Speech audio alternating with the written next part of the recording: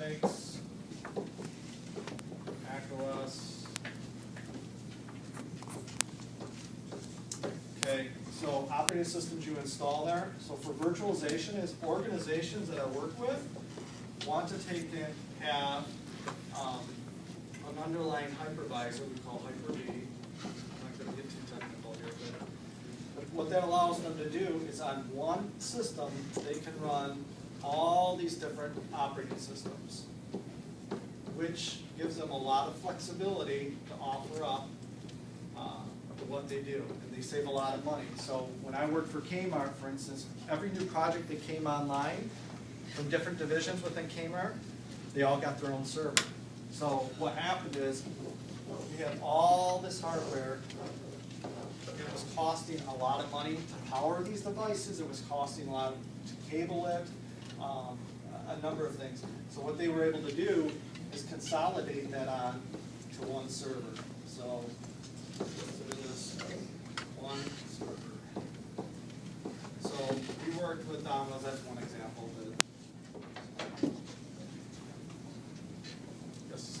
I know you said earlier about how math is important to coding. Is there any certain kind of math that's more important than the others? Depends on if you're in development, there's going to be engineering courses that you're going to take. The programs are pretty much very similar for the different schools. I was just saying for game development, there's some folks that have went into game development and found out it's a lot more math, it's a lot harder than they thought. So if you love engineering and you love math, I encourage it. It's, game development is very popular.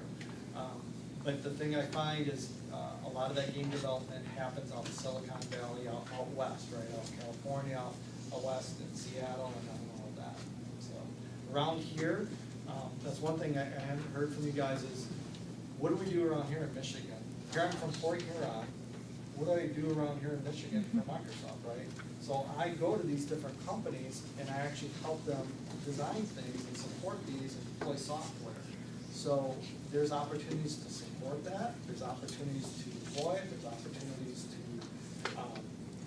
sell it. So we have a field office here in Southfield. We have a small office in Grand Rapids. I cover Michigan, Ohio, and Kentucky, and Tennessee. So accounts that are cost that, unfortunately, not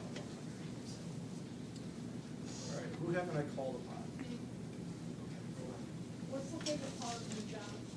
My favorite part? I would say the fact that I'm not at any one particular customer. I get to meet a whole different slew of different customers. I love people, and I love being able to see what they're doing, cool stuff that they're doing, things that are working out, share practices from other companies of what they're doing, and say, hey, over here at Chase, they're kind of doing things in a different manner. They're in a completely different industry. You guys aren't competing. Have you thought about doing it this way? So I love the fact that I can take and share those experiences. I love the fact that I'm always constantly learning. Everything you guys are doing and learning in school here, this is going to go a long way.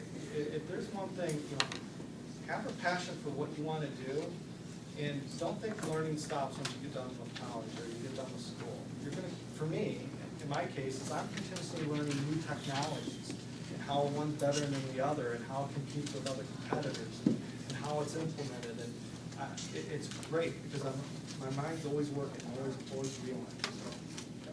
I heard that Microsoft took over Minecraft, and I'm not a big fan of it, but why did you? So why are you a big fan of it? I never really played it. I don't like a lot. Oh, I thought you were a fan of us acquiring it. So yeah, how many of you guys have played Minecraft? I don't play it. Huge! There's a huge community in Minecraft. It's a game that these guys spend hours on. So Microsoft acquired Minecraft. So it was actually official yesterday that we completed the acquisition of them for a couple $2 billion. Do you think we acquired them for the game, or do you think we acquired them for the community of people? Right. That community of people, that's like buying all your folks that you'll be able to take and develop things to and sell to, right? Think of the Xbox Live community. 446 million different subscribers, right? So you want to be able to tap into that. Actually, Microsoft was one of the early investors in Facebook. We invested $500 million into Facebook before they were even the multi-billion-dollar company they are today. So, but we acquired them because we've got a broad-based community now, and it's going to just further enable our portfolio of gaming.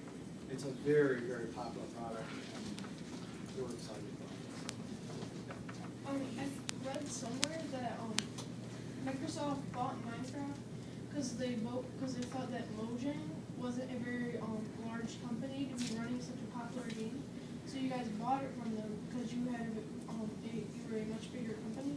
So you believed that you could upgrade the game much further and much faster than Mojang. The acquisition was pretty expensive. It was $2 billion. And think of, and I want to give you guys the opportunity to think about that. Here's somebody that really loved what they're doing. I can't think of the CEO's name of Mojang. He started that from nothing. Think about the garage or out of his home developing that game. And then he started building a community of people. And here's an individual that loved development, loved the community, and he built a great game that aspired to make him a billionaire. I mean, so, part of that, yes, with Mojang being underneath the Microsoft branded family, we're going to be able to quickly bring up updates to it. We're going to do it, we want to do it in a responsible manner because he built that community, he built that game, so he really had the ingredients to make it successful, so we want to make sure we continue that. So, I love all these questions. Do you have anything else you would like to cover first before we take more?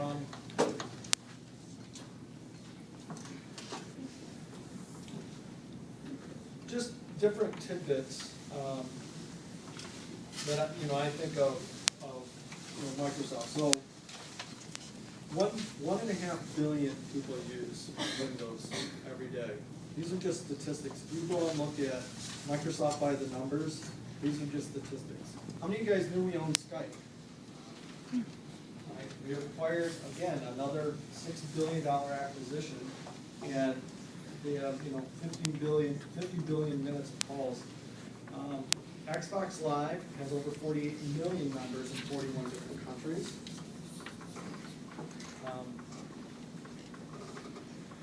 Out of,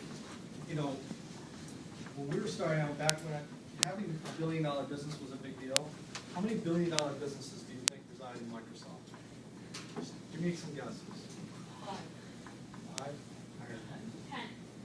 Higher? 100. 1,000. Over 9,000. 16. So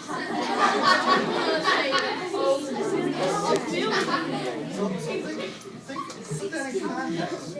That's 16 different companies that are generating that kind of revenue out their company. So when you think of Microsoft, you think of desktop software, but think about that's Skype, that's cloud, that's Xbox gaming. I mean, that's OneDrive. I mean, it's a number of brands that go with it. There's, folks, I had a picture here. I can't display it, but Andrew came with me to take your son to work day, and I had him working with Stacy, and Stacy was showing him a robot he built using a Kinect sensor, and that robot was able to take and drill around a room using its Kinect sensor. I mean, we got over 24 million Kinect sensors that have been sold worldwide. People use them for gaming, but they're also using it for other areas.